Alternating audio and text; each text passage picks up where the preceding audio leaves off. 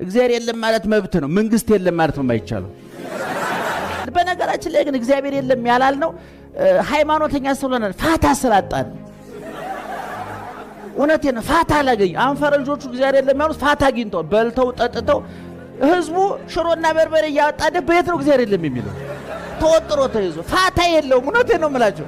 እኔ አሁን የኢትዮጵያ ህዝብ በጣም ነው የሚገርመኝ። እኔ የኢትዮጵያ ሃይማኖተኛ ነው እግዚአብሔር አለ እንዴ? ምን ፋታ የታገኘን? እየተዋከብን የሽሮና በርበሬ ጉዳይ እያባከነን፣ የቤት ኪራይ እያባከነን፣ ፖለቲካው እያባከነን፣ ዘረኝነቱ እያባከነን መች አርፈን ነው እግዚአብሔር የለም የምንለው? እኔ አሁን የኢትዮጵያ ኦርቶዶክስ ተዋሕዶ ቤተሰብ ሰባኪ ነኝ። እኔ መጥቼ እስልምናን ተሳድቤ ብጭናችሁ እውነቱን ነው ብለህ አጨብጭበህ ጆሮ ጥላህን ብትባል እኔ ኃላፊነት አልወስድም። አንተ ነህ አንዱ ሙስሊም ተናዶ አናትህን ብሎ ቢፈጠፍጥ እኔ ተጠያቂ አይደለሁም። አንተ ሐሳብ መስጫ ሳጥን እንዴ? ሙስሊሞችም ካላችሁ አንዱ ቀጭቃዣ ኡስታዝ መጥቶ ክርስቲያኑን በለው ቢል አትስማው።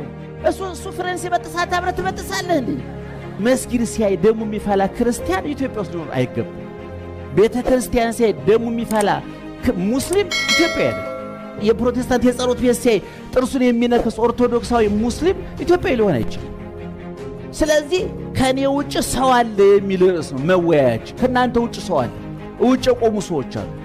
ከናንተ ሃይማኖት ውጭ የቆሙ ሰዎች አሉ። አንድ ፕሮቴስታንት ኢየሱስ ጌታ ነው ካለ ባጠገብ ወልደ ኢየሱስ እያለፈ ነው ማለት ነው። ማርያም ሆይ እንወድሻለን ካለ አንድ ኦርቶዶክስ በዛ አካባቢ ፕሮቴስታንት እያለፉ ነው ማለት ነው። ወደ ማርያም አይደለም የጮ ወደ ገብረ ማርያም ነው። ሽማግሌ ከነገር ከሚያርቁት ከምግብ ቢያርቁት ይወዳል ይባላል። የሚሰማው ይፈልጋል። ድሮ በልጅነቱ ያነበበ ከሆነ ታሪክ ያወራል። ካላነበበም በምን ታውቁታላችሁ? ይገርማቸዋል። ድሮ የነበረ ጠጅ፣ ድሮ የነበረ ጮማ አላነበበም ማለት ነው። ሰው በቃ ጠጅና ጮማ ላይ ተለጥፏል። እኔ የዛሬ ወጣቶች ከዛሬ 30 ዓመት በኋላ ስትጠየቁ አቤት ድሮ ቲክቶክ፣ አቤት ድሮ ፌስቡክ። ይገርማቸዋል። ቲክቶክ ላይ የነበረ ስድብ ዛሬ ምን ስድብ አለ? እንደ ጸጉር አስተካካይ ቤት አንድ ሰው ደግሞ እንደው ሞቲቬሽናል ምን ተቀምጦ ከላይ ጸጉሩ ሲያስተካክል ከውስጥ ሐሳቡን የሚያስተካክል ቢኖር እውነቴን ነው የምልህ። እኔ ጧት ማታ ጸጉር ቤት የምትንከራተቱ እህቶቻችን ጸጉራችሁ በካውዬ ይጋያል። አስተሳሰባችሁስ? እውነቴን ነው የምላችሁ መለወጥ አለ መቀየር አለባችሁ። እንደ አንዳንዱ እኮ ጸጉሩ ዞማ ሆኖ አስተሳሰቡ እኮ የከረደዳል። በመጀመሪያ ደረጃ ማንኛውንም ስራ ስትሰሩ 3 ጥያቄዎች መመለስ አለባችሁ። ብትነግዱም፣ ብታርሱም፣ ፖለቲከኛ ብትሆኑም፣ በረንዳ ዳሪም ብትሆኑ፣ ባጃጅም ብትነዱ፣ ቦይንግ 3 ጥያቄ መመለስ አለባችሁ። አንደኛ የምሰራው ስራ እግዚአብሔርን ያሳዝናል ወይ? ሁለተኛ የምሰራው ስራ ሰውን ይጎዳል ወይ? ሶስተኛ የምሰራው ስራ ኪሴን ሞልቶ ነፍሴን ያጎላታል ወይ ብላችሁ መጠየቅ አለባችሁ። ምንም ይሁን ለምሳሌ እዚህ ፕሮግራም ላይ ስትመጡ በነገራችን ላይ የምዕራቡ አስተሳሰብ ወደኛ ሀገር መምጣቱ አይደለም ችግሩ፣ በእኛ ሀገር አስተሳሰብ ግን መጠመቅ አለበት። ይህን መቼም እነ ዳዊት የሚረዱኛ ብዬ አስባለሁ። ኢትዮጵያውያን ጥንታውያን ሊቃውንት የሚደነቁት የውጩን አስተሳሰብ በኢትዮጵያዊ አመለካከት ማጥመቅ ነው። ለምሳሌ መጽሐፍ ቅዱስ ከውጭ እንደመጣ እግዚአብሔርም እኛም እናውቃለን።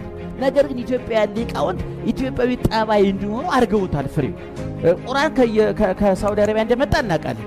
መንዙማችንን ስትመረምሩ ግን ጠይቂያለሁ፣ ሳውዲ አረቢያ የሌለ ስነ ጽሑፍ ኪነ ጥበብ ያለበት ፍልስፍና ያለበት ማህበራዊ ኑሮ ያለበት የእኛን አገር ጠባይ የሚመስል።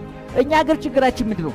የውጩን አስተሳሰብ ወደ እኛ አገር ስናመጣ አናጠምቀውም። ለምሳሌ ከዚህ በፊት ተናግሬዋለሁ። ስለ ጋብቻ የሚጻፉ ጽፎች አሉ።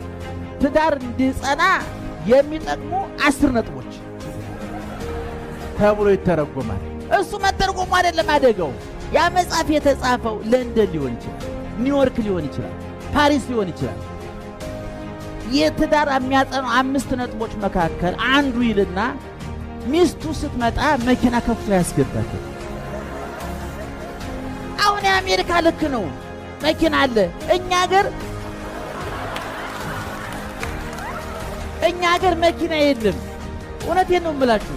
ለምሳሌ ሌላው በየሳምንቱ ለሚስቱ አበባ ያበረክትላት። ሽሮና በርበሬ ችግር በሆነበት ቤት ላይ እንደው አበባ ይዞ ይመጣ የሰውዬ እውነቴን ነው የምላችሁ። አሁን ሲተረጉሙ ሰዎቹ እንግሊዝኛ መቻላቸውን እንጂ የሚያሳዩን